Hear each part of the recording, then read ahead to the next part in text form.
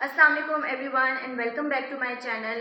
जैसा कि रिसेंटली मैंने आपके साथ शेयर किया था दैट मैंने सीएसएस सोशियोलॉजी के नाम से प्रिपरेशन के नाम से एक प्लेलिस्ट बनाई है जिसमें मैं सोशियोलॉजी के जितने भी टॉपिक्स जो कि आ चुके हैं अब तक सीएसएस एग्जाम्स में उन सबको लिस्ट डाउन भी कर चुकी हूँ वन बाय वन, और अब मैं उन टॉपिक्स पे वीडियोस बना रही हूँ ताकि आप पास्ट पेपर्स में से प्रिपरेशन कर सकें if you are going to attempt for CSS sociology next time. So past papers में बहुत सारे टॉपिक्स आए थे और उनमें से एक टॉपिक एलियनेशन का भी था, एलियनेशन एंड कार्ल मार्क्स। तो थोड़ा सा मैं एलियनेशन का बैकग्राउंड डिस्कस कर लूँ और उसके बाद मैं आपको एक थ्योरी बताऊंगी, बहुत इंटरेस्टिंग है और बहुत अंडरस्टैंडेबल है।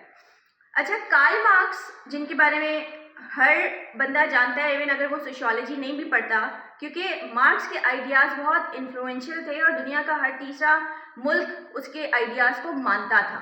बेशक क्रिटिसिजम्स भी थे लेकिन उसके आइडियाज़ का इन्फ्लुएंस भी बहुत था और स्टिल है, although he was a classical thinker. So marks ने मोस्टली इनइक्वालिटी पे बात की है, डिस्क्रिमिनेशन पे बात की है। मार्क्स का आइडिया था कि सोसाइटी में देर आर टू क्लासेस, एक अमीर तबका है और एक गरीब तबका है।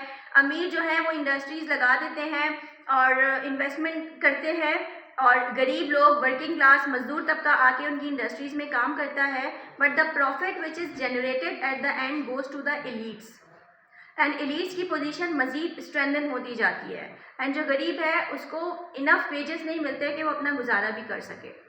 So following the theory of conflict, following this concept जो भी डिस्कस किया है, एक फीलिंग इमर्ज होती है लेबरर्स में, वर्किंग क्लास में, जब वो ये सारा डिस्क्रिमिनेशन फेस कर रहे होते हैं, एंड वो फीलिंग का नाम है alienation.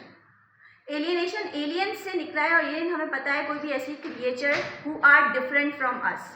So alienation is a feeling which is emerge within the working class, क्योंकि वो दिन रात काम करते हैं और एट दी एंड उन्हें बहुत कम वेजेस मिलते हैं जिनसे बड़ी मुश्किल से उनका गुजारा हो रहा होता है, और जो प्रॉफिट है वो अमीर तबके की जेब में जाता है और इन लोगों को इनफ वेजेस नहीं मिल रहे होते हैं जो कि इनकी मेहनत डिजर्व कर रही होती है। So what happens at the and, इनके अंदर एक फीलिंग इमर्ज होती है, that is the feeling of alienation, यानी कि ये खुद को होपलेस, पावरलेस, आउटक्लास फील करते हैं फ्रॉम मेजोरिटी ऑफ सोसाइटी।